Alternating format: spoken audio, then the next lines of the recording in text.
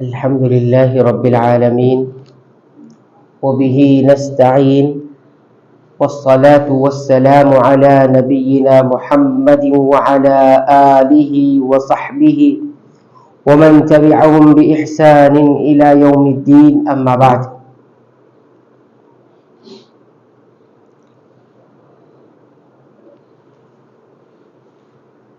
اللہ رب العالمین کے الخالق، الباری اور المصور، ان تین ناموں سے متعلق گفتگو جاری ہے.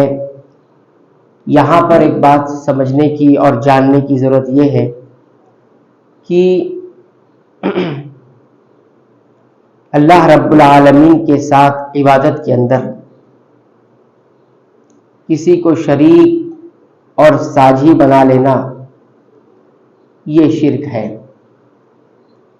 اور باوجود اس کے کہ انسان اس بات پر ایمان رکھتا ہے کہ جن چیزوں کو وہ شریک کر رہا ہے،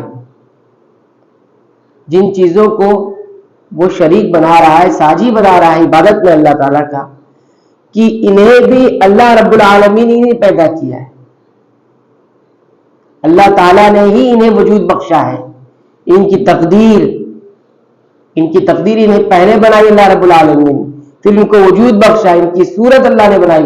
یہ تینوں چیزیں ہونے کے باوجود اگر کوئی ان تمام چیزوں کو اللہ کے ساتھ ساتھ عبادتوں میں شریک ساجھی بنا لیتا ہے تو یہ انتہائی درجے کی جہالت ہوگی، انتہائی درجے کی بیوقوفی کہلائے گی اور انتہائی درجے کی گمراہی کہلاتی ہے. بلکہ یہ سب سے بڑا ظلم ہوگا جو روئے زمین پر کیا جائے گا، سب سے بڑے گناہ ہوگا جو روئے زمین پر کیا جائے گا. اب اس کی دلیل دیکھیے کہ بنی اسرائیل کی اللہ رب العالمین نے قرآن حکیم کے اندر مذمت فرمائی ہے. بنی اسرائیل کی، موسیٰ علیہ السلام کی جو قوم تھی، انہوں نے کیا کیا تھا؟ انہوں نے ایک بچڑے کو، ایک جانور کو عبادت میں شریک بنا لیا تھا اللہ رب العالمین کا. تو اللہ رب العالمین نے ان کی مذمت فرمائی. اور یہ جو عجل ہے، یہ جو بچڑا ہے، جو جانور ہے، یہ ایک حیوان ہے جو اپنے بارے میں بھی خود نفع نقصان کا مالک نہیں ہے. اسے نہیں پتا کہ کون سی چیز اسے نفع پہنچائے گی، اسے نہیں معلوم کہ کون سی چیز اسے نقصان پہنچائے گی. اس کو جس انداز میں پیدا کیا گیا ہے، جس صلاحیت کو دے کر، وہ وہی کرتا رہتا ہے. اور یہ بات تو بہت دور کی ہے وہ کسی اور کے لیے نفع بخش بنے، جب وہ خود اپنے آپ کے لیے نفع بخش نہیں ہے، نفع نقصان کا مالک نہیں ہے، دوسروں اور کے لیے کیسے نفع بخش ہو سکتا ہے؟ تو ان کا یہ عمل جو ہے ظلم کہلایا. اب قرآن حکیم کی آیت پڑھیے، سورہ البقرہ کی آیت نمبر 54. اللہ تعالیٰ فرماتے ہیں، اب ہمارا موضوع جو ہے اس آیت سے کیسے جو ہے متعلق ہو رہا ہے وہ دیکھیے. اللہ تعالیٰ فرماتے ہیں، وَإِذْ قَالَ مُوسَىٰ لِقَوْمِهِ، اس وقت کو بھی یاد کرو جب کہ موسیٰ علیہ السلام نے اپنی قوم سے کہا تھا، یا قومی، اے میری قوم، انکم ظلمتم، بلا شبہ تم نے ظلم کر لیا ہے، انفسکم، اپنے آپ پر ظلم کیا ہے. تو ظلم صرف دوسروں کے ساتھ نہیں ہوتا ہے بلکہ انسان اپنے ساتھ بھی ظلم کرتا ہے. ایک ظلم تو دوسروں کے ساتھ عام طور سے یہی سمجھا جاتا ہے کہ ظلم تو دوسروں کے ساتھ ہی ہوتا ہے، لیکن سب سے پہلے یہ بھی انسان کو غور کرنا ہے کہ میں اپنے آپ پر تو ظلم نہیں کر رہا ہوں. بہت ساری چیزیں شریعت میں ایسی ہے کہ جس کو اپنے آپ پر ظلم کہا گیا ہے، اس میں سے ایک یہ شرک. انکم ظلمتم انفسکم، بلا شبہ تم نے اپنے نفس پر ظلم کیا ہے. کیسے ظلم کیا ہے؟ باتخاذکم العجل، بچڑے کو معبود بنا کر، بچڑے کو، اس جانور کو تم نے معبود بنایا اور اسے عبادت کا درجہ دیا. یہ کر کے تم نے اپنے نفس پر ظلم کیا ہے، اس کو ظلم قرار دیا گیا. اور اس کے بعد کیا ہے؟ فَتُوبُوا إِلَىٰ بَارِئِكُمْ، لہذا تم پر ضروری ہے کہ تم اپنے پیدا کرنے والے کی طرف رجوع کرو، اسے توبہ کرو. دیکھو یہی نام یہاں پر آیا، الباری، اِلَىٰ بَارِئِكُمْ، اپنے وجود بخشنے والے کی طرف تم رجوع کرو، یعنی توبہ کرو. فَاقْتُلُوا أَنفُسَكُمْ، اور اپنے آپ کو قتل کرو، آپس میں ایک دوسرے کو قتل کرو. یہ سزا تھی ان کی. شرک کرنے پر، عبادت، بچڑے کو معبود بنانے پر یہ بتایا گیا کہ تم نے ظلم کیا. اب جب ظلم کیا، ظالم ہوئے، اپنے نفس پر ظلم کیا، تو اس کے بعد اب تم پر ضروری ہوتا کہ توبہ کرو پہلے، اس بات سے توبہ کرو، اس سے رکو اور اپنے آپ کو قتل کرو، اپنے آپ کو کیا کرو؟ قتل کرو۔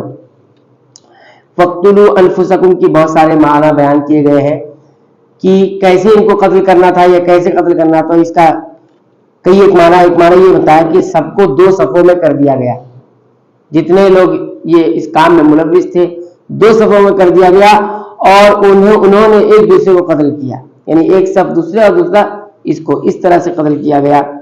اور بعض اہل علم نے یہ کہا ہے کہ دوسری شکل یہ تھی کہ جنہوں نے اس کام میں جو لوگ تھے ان کو ایک صف میں کھڑا کیا گیا، اور جو لوگ نہیں تھے ان کو ایک صف میں کھڑا کیا گیا، اور جنہوں نے نہیں کیا تھا ان سے کہا گیا کہ ان کو قتل کرو، یعنی آپس میں ایک دوسرے کو قتل کروایا گیا۔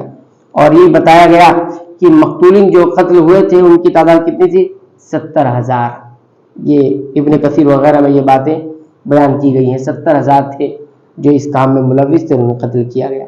بہرحال اس کے بعد پھر اللہ رب العالمین نے آگے موسیٰ علیہ السلام نے فرمایا ذالکم خیر لکم عند بارئکم، یہ تمہارے لیے تمہارے پروردگار کی یہاں بہتر ہے یہ بات کہ تمہیں اب اپنے آپ کو توبہ کر کے اپنے آپ کو قتل کرنا ہے۔ ذالکم خیر لکم عند بارئکم، دوسری مرتبہ یہی نام یہاں پر آیا ہے۔ ہمارا نام کیا چل رہا ہے اللہ رب العالمین کے الباری، تو اس میں بھی یہی آیا ذالکم خیر لکم عند بارئکم فتاب علیکم، پھر وہ تمہاری توبہ قبول کریں گے، انہ هو التواب الرحیم، وہ بلا شبہ تواب ہے یعنی بے انتہا توبہ قبول کرنے والے، اور الرحیم بے انتہا رحم فرمانے والے ہیں۔